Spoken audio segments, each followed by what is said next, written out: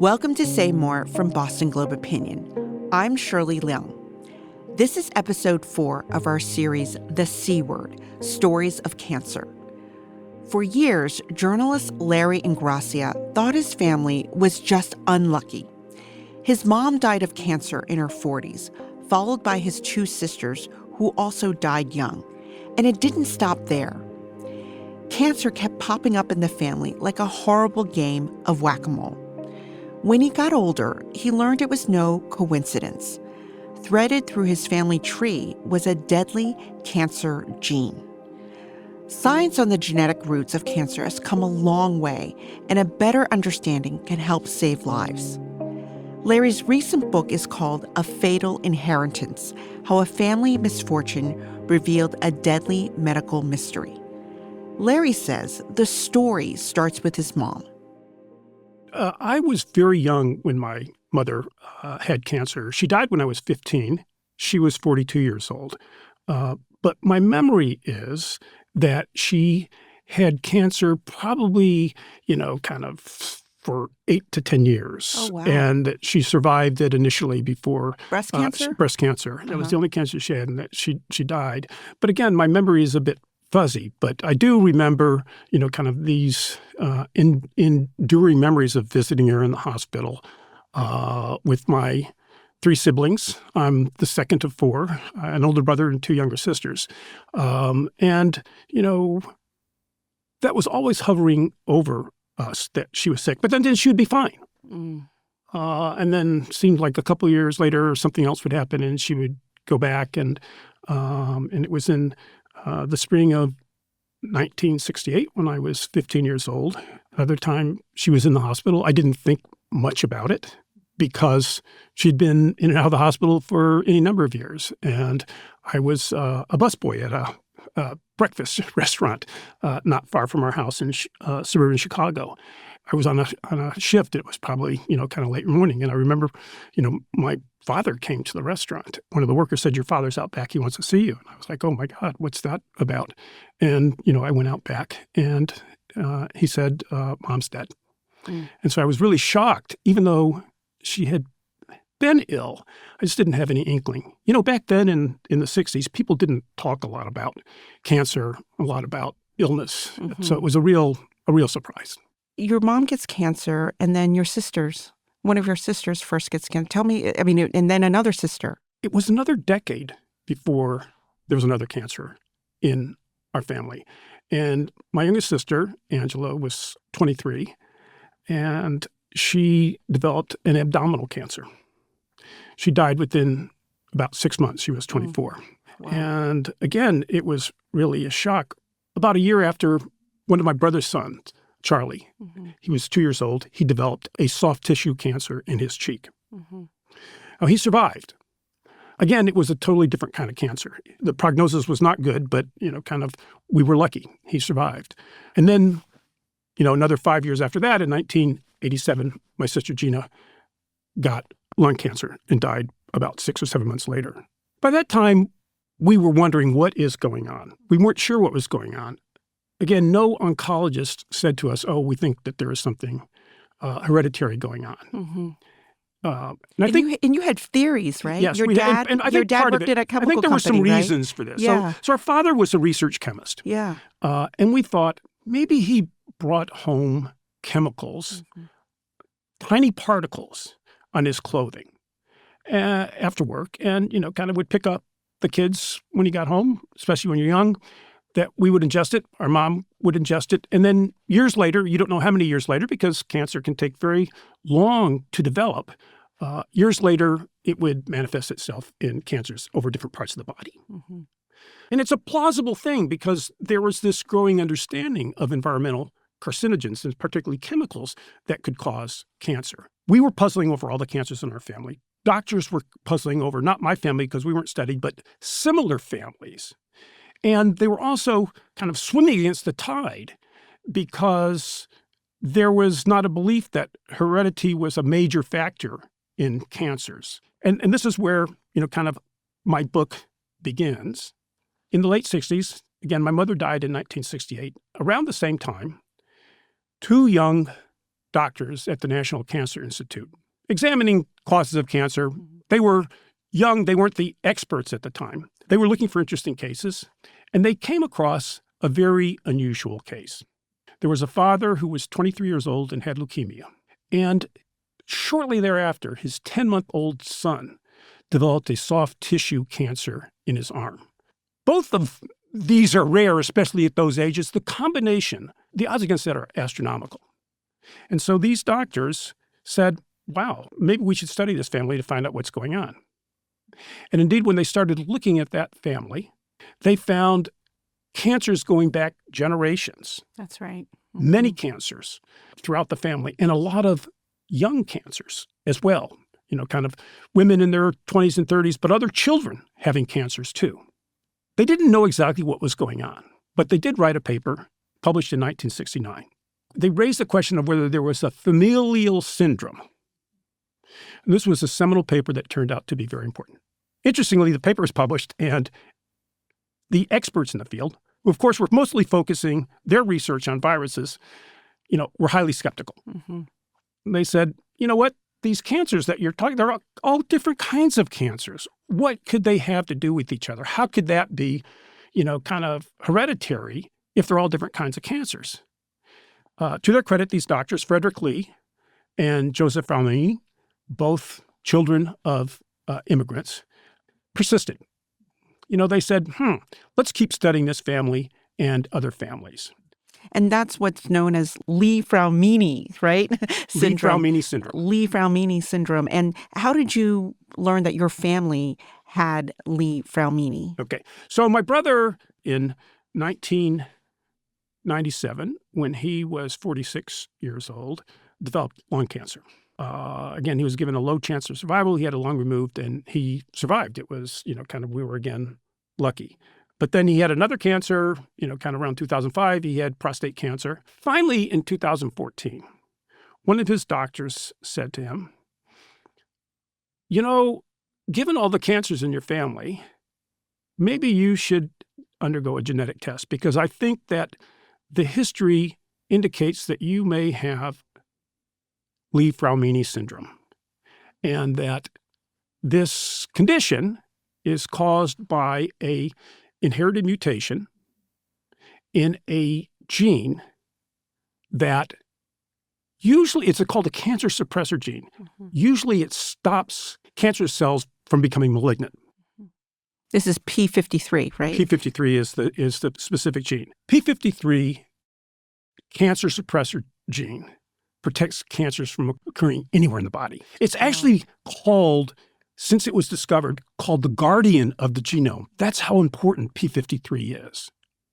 And that's why people who have the inherited P53 mutation can get cancer anywhere in the body. It's not site-specific.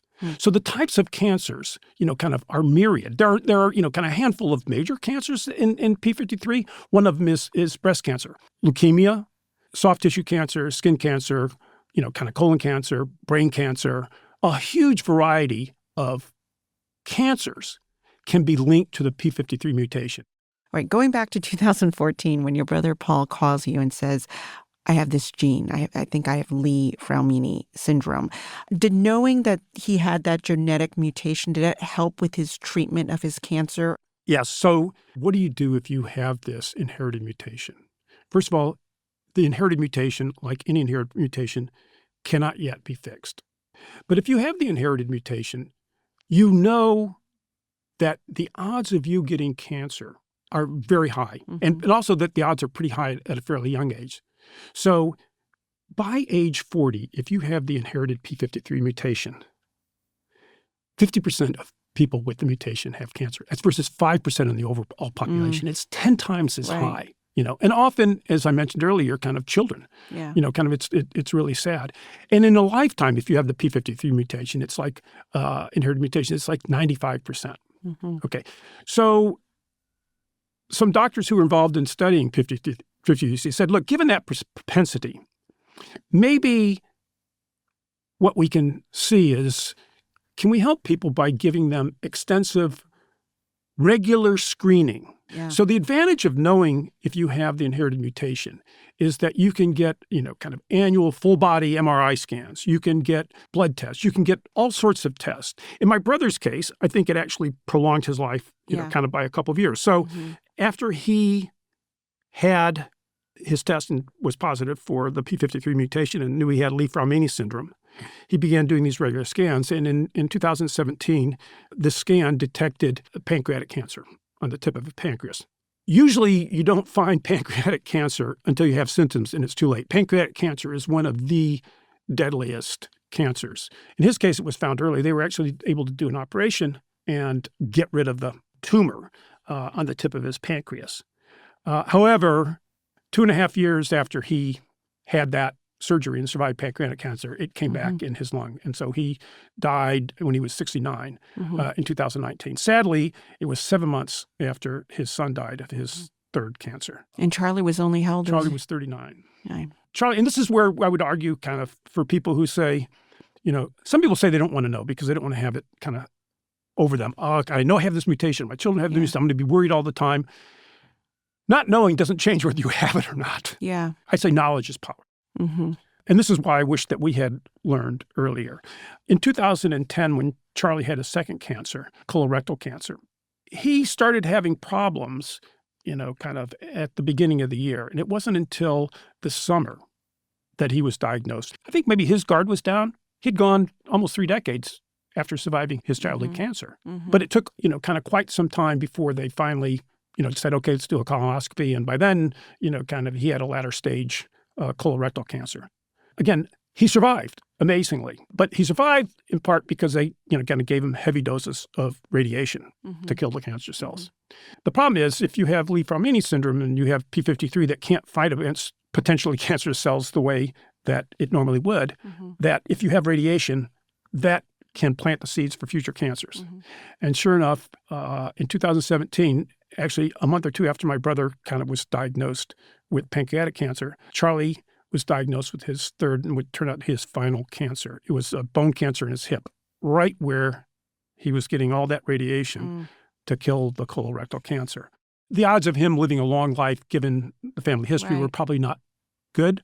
But I do think that, kind of it might have made a difference if he had known in 2010 and he'd been diagnosed right away. It wouldn't have changed whether he'd gotten the cancer, colorectal cancer or not. But the earlier diagnosis might have meant they would have had a lot less radiation to kill it, which might have meant that he wouldn't have come back in his hip. And that was one of the really sad things. They finally had to, and it was so hard to watch for this young man. They had to amputate his leg up to and including his hip in a desperate attempt to save his life. But, kind of the cancer had kind of kept spreading after that. And, kind of maybe about 6 months later, not long before my brother died, Charlie died. I mean, that was part of the hardest part of your book. It was incredibly hard to go through, and it was incredibly hard, kind of to watch and to write about and talk to his friends.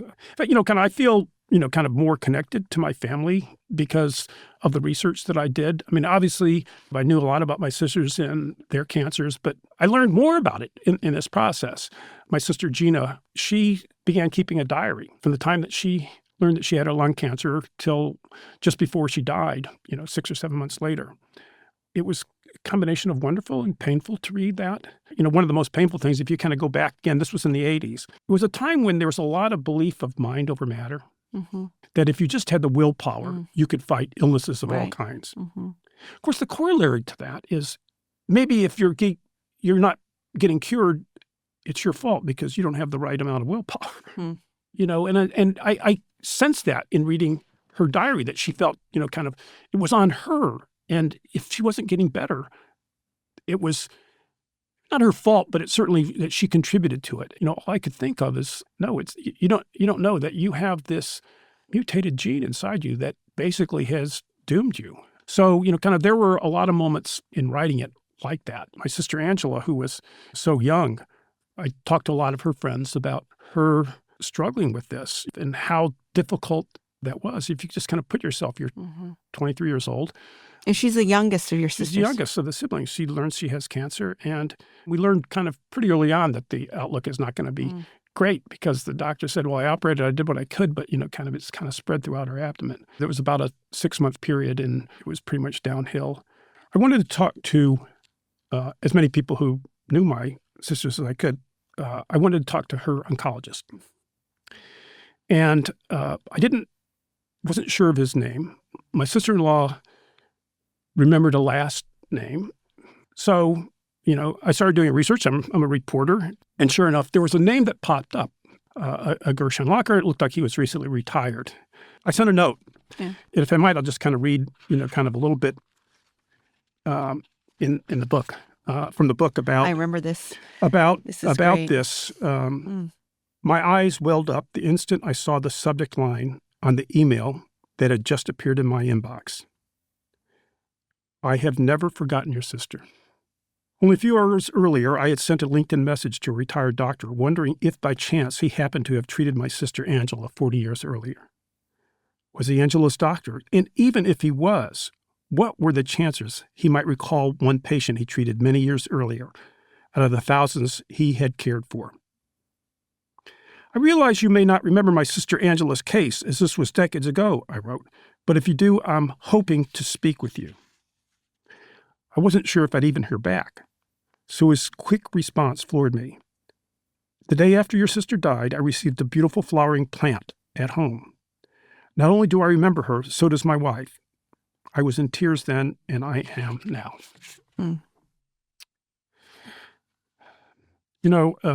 That moment, I just think about my sister, kind of 23 years old for a young woman, her whole life ahead of her. And this is about, kind of a life, and in many of these families, it's kind of a life lost, a life stolen, a life, kind of cut short. The message that was with the flower, there was a one-word message that came with the flower to all of us. Forward. The fact that she is dying, but she wants us to, kind of grasp life and, kind of, again, it's pretty profound for, right. Kind of a then 24-year-old, kind of to do that. And that was one of those many moments in writing the book. It stopped me.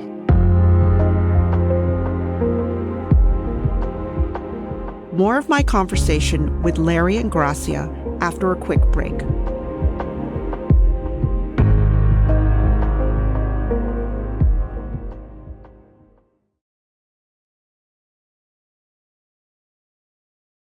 Larry, I don't know if you know, but one of the reasons why I'm so interested in cancer is I had breast cancer, 7 years ago, and like many women, and I was, my grandmother died of breast cancer when she was probably in her 50s, and so my entire life I'm like, will breast cancer come for me? This question of, will I get cancer? And it's, my mom didn't get breast cancer, but I did. But it was because of early detection, mammograms, Right. I was detected early. And so I'm, cancer free. I had a mastectomy, I, didn't have to go through chemo. So I'm one of the lucky ones, Right. But I think reading this book, you're always wondering why did I get cancer Right. and why no one else? And for you, many other members of your family got cancer, and so that's why you wrote this book. And so, do you feel like are you satisfied with the answer on why cancer struck your family so many times? I'm heartbroken and saddened that I lost all my family to cancer, especially so many so young. But my brother and I kind of often talked about how blessed we were in many ways. We were the children of poor Italian immigrants. And we ended up doing things and achieving things that we never would have imagined growing up. And I always say, it's not really right to say, why me about all the bad stuff in your life, if you aren't also asking why me about all the good stuff. I think I decided long ago was to try to celebrate our good fortune in life and not dwell on or be angry. It's not a matter of being sad. Of course I'm sad. And, I think often of my family and missing them and not being able to grow old with my siblings. But I try not to dwell on, kind of why me, kind of it happened. It's part of genetics. There's no control over it. Now, it took you a year to get tested. Why did you wait so long? I don't know, kind of I was busy. But, what happened was my daughter said, kind of she began pestering me, kind of, I want you to get tested. Because it is actually, it would be very rare, but it's possible to inherit the P53 mutation and not get cancer. There's that tiny 5%. Right. Nobody knows why. There's still so much they don't know. They've learned a lot. They still don't know. If I had the mutation, there would have been a 50% chance that I passed it on. So it was really, kind of because that's what I wanted to know, if you pass it on to your children. Yeah. I couldn't because I didn't have it. Right. That was only after I realized that after I got tested. And that's why she wanted me to get tested. Yeah. But that was really the impetus for me. Right. And that was why I finally said, okay, I'll do it. Also, kind of quite frankly, back then, you were kind of go back, kind of not quite a decade. Yeah. Getting a genetic test was quite expensive. It was, kind of $3,000 to $5,000. Right. So I was lucky. My brother, through his oncologist, found a study that was being done at the University of Southern California. I was living in Los Angeles, and I was able to kind of get it in, to do it without any cost. Now you can get a genetic test for $250. Yeah. And often if you have a history of cancer in your family, your insurance company will cover it. Right. Cost is a lot lower. They have these multi-panel tests where they can. Yeah, I took one of those too. Yeah, they can find out if you have any number of cancer mutations. Some people have kind of more than one. Mm-hmm. So in your book, you mark the date July 10th, 2021. Tell me about the significance of that date. So when I was writing the book and researching the book, at some point, kind of obviously, you're thinking a lot about.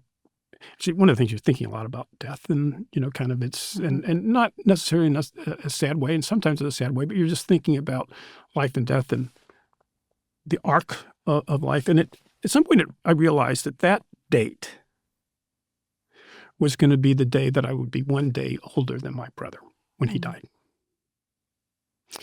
and that would make me the longest living member of my immediate family. And I said, you know what? I want to do something that day. And celebrate is the wrong word. Kind of it's really commemorate that day. It's more kind of as a memory that day. So I pondered a lot. Okay, what can I do that be kind of a little bit interesting and a little bit fun? And say I'm glad to be alive. I'm lucky to be alive, actually. And I pondered a bunch of things and kind of go for a long hike and maybe go paragliding, whatever, and finally kind of go up in a kind of single, kind of small airplane or whatever. And finally I found a place in Los Angeles that had something that's called a gyrocopter. I had to Google that. I didn't even know what that was. I had never heard of a gyrocopter either. A gyrocopter is it's like a tiny helicopter about the size of a big motorcycle. Kind of, you can fit two people in. And the great thing about it is that you actually kind of almost feel, even more than a plane, you have this bubble in front of you. You can see everything. Yeah. And it's just kind of, oh my God, I want to do that. And so I took this plane. So I told my wife, this kind of, I said, Vicki, I said, I'm gonna take this gyrocopter ride. And she said, of course she didn't know what it is. And she looked at it and says, okay, so, on the day that you become the longest living member of your family, you're going to put your life at risk. Right. And I said, she's right. I thought it was a great line. I said, yeah, but I'm going to do that anyway. I just felt I wanted to do something that I kind of felt viscerally alive, that I felt, kind of, I could be in awe of this, kind of human experience. And kind of got on that plane. It was about an hour, gyrocopter, not a plane. It's like this tiny thing. Went up and down the California coast, which is pretty spectacular, the Southern California coastline, and felt alive. And again, I like to think that I did that. Let me see if I can have it in the book. I felt an exhilarating rush of adrenaline, and yes, one or two stomach-churning ones too, as the gyrocopter dipped and spinned. I contemplate what my mom and dad and my brother and sisters would have made of my jaunt. I'm pretty sure they would have rolled their eyes and then smiled, happy that I was doing something just a little bit wacky on this day.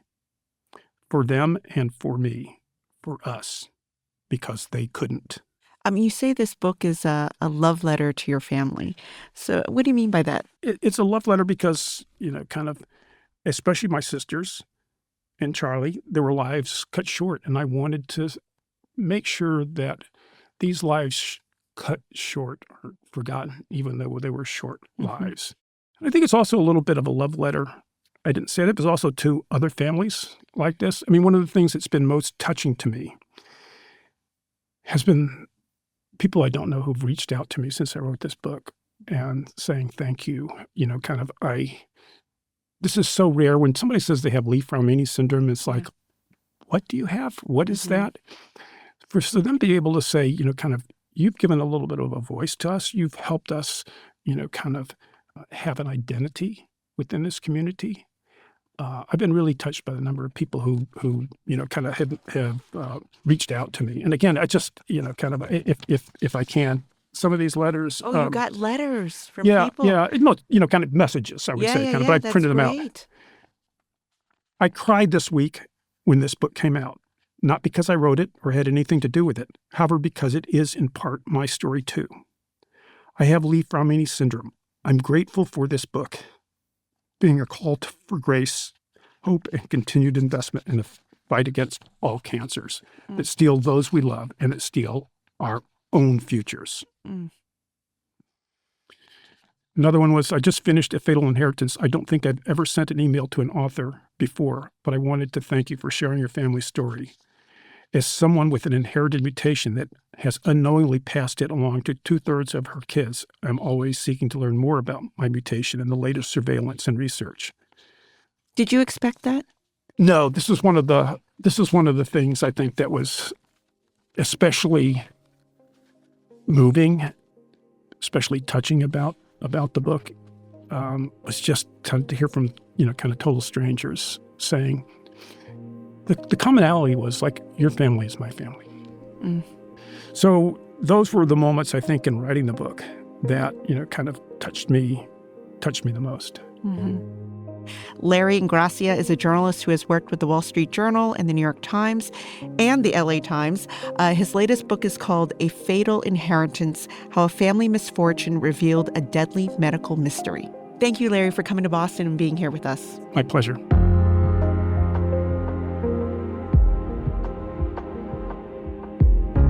Next week, how cancer patients are getting younger and younger. Kelly Spill was in her 20s when she was diagnosed, and for her, it changed everything. My mom and I were in Walmart. We were baby shopping, and that's when we got the call. At the time, when they called me, they just said that I had colorectal cancer, and my first thought was, how? Because no one in my family has colorectal cancer. That's on the 5th and final installment of The C Word, Stories of Cancer.